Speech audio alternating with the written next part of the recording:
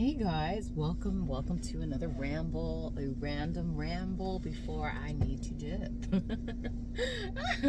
Oh my goodness. So, yesterday I was having a conversation with my coworker and we came to the conclusion that you should probably make decisions based on how excited you feel about it.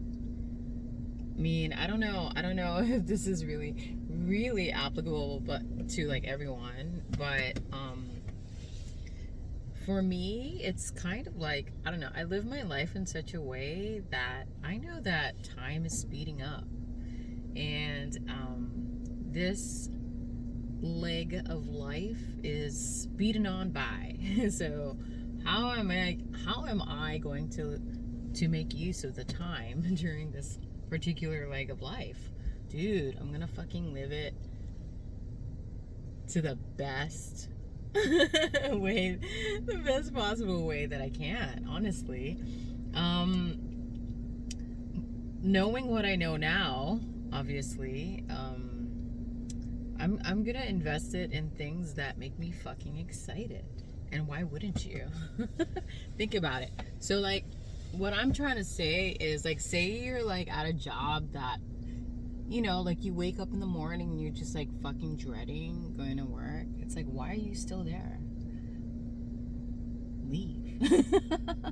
Go find something else that makes you feel excited. Like, you wanna be able to like get up and go, yes, I'm gonna work today and I'm really excited about it. Once it gets like I said, like, not exciting.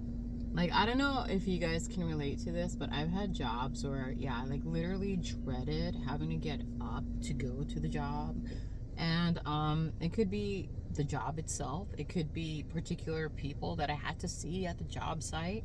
It could be my manager, it could just be like my schedule, or, like the pay I was getting. Like, it just didn't stoke me, it didn't stoke me up. It didn't make me feel happy, you know? That's when like change is needed. But I feel like a lot of people just fight the change. I don't know, I guess they'd rather be uncomfortable than move into a more comfortable space. Well, the thing is, like, when you move with change, you kind of are like jumping into the unknown. Like, for instance, if you've stayed at a job for over 20 years and that's all and you're miserable at it, that's a hard change to make. It's a huge freaking transition. So of course, understandably, you're gonna be afraid. You're gonna be like, well, I've done this for 20 years. This is all I know. This is a cycle that has been recurring, and I know it like the back of my hand. It's super like comfortable, but it's so comfortable that I feel uncomfortable doing it, especially under certain conditions. you know Let me tell you. So I I went through like phases in life where I was like really like long standing in particular things. Like, for instance, I stayed at jobs for 16 or 17 years. But then I got to a point where it's just like, it was so like monotonous. Like, I already knew everything, that it was boring. And I kind of did dread going to work, even though like I had it made. Like, I had the schedule I wanted. I had like fucking like 2 months paid vacation, like a month sick leave. Like, I had it made, guys. But it felt uncomfortable being there. It's like I had outgrown those environments. And so, if you don't consciously make the change, some life event will happen to push you into change. And either way, it's going to be uncomfortable. It's just, are you going to make a conscious decision to change, or are you going to let life like fucking like like create this huge, like, I don't know, it's kind of catastrophic when you don't make the choice on your own. You're kind of like forced into it. Either way, change is necessary. In fact, life is change. If you're not changing, then you're probably just staying in place and dying, honestly. Yeah, and I want to say this rule of thumb can apply to anything. It can apply to relationships. It can apply to purchases, anything. If it doesn't make you excited, then that's probably a telltale sign that it's time for you to change, you know? And for me, I've gotten so used to changing over time that it's like nothing. You know, it's like, oh, okay, I'm noticing that things are getting stagnant, whether it be at work or in a relationship or anything, like, and something needs to change. And I'll proactively make necessary changes. Like, I don't know, I've mentioned in other videos that, like, my house, I'm constantly purging. Like, for instance, if I bring something new into my house, I'll gift away things or I'll donate things, and I'm consistently doing it. Consistently. I don't wait like 10 years and then just all of a sudden feel like, oh, I need to purge my house. No, I purge my house at least 3 to 5 times a year. I will literally load bag loads of stuff up and gift them away or donate them or something. Seriously, I do that. I'm constantly like moving and changing with life. But anyways, yeah, so when I was younger, I was more like, I want to say more I preferred long-standing things. So, you know, I would stay at a job for like 17 years. Now I'm just kind of like going with the flow. You know, I go where life takes me. And yeah, everything works out. I feel like, you know, you will always encounter things that are necessary for you in that particular moment of your evolution. Anyways, I have this really weird theory. So, like, I want to say like over 10 years ago, my acupuncturist told me that time was speeding up. And when he told me this, I was like, I didn't get it. I'm like, what are you talking about? Time is speeding up.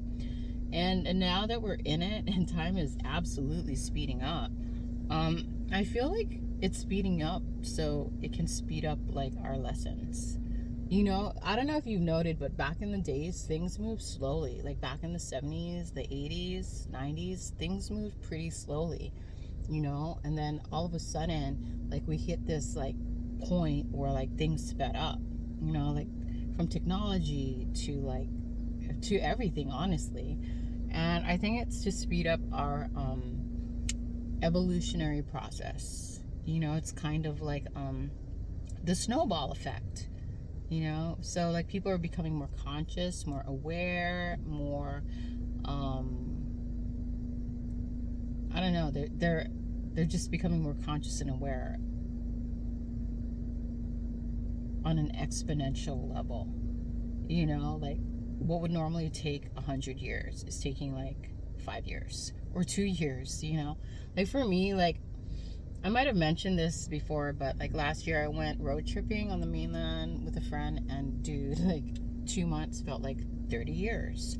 Like I accomplished 30 years of lessons, life lessons, in 2 months time. You know, it's just fucking unreal. It's actually quite magical if you think about it. Yeah, so use excitement as a gauge. You know, if you're not excited about something or someone, keep it moving. Keep it moving, you know? And I know like a lot of times like we experience like pain because pain is a transformative agent. Yeah, that pain is there to fucking like push you into another direction, guys. It's not there to make you try harder.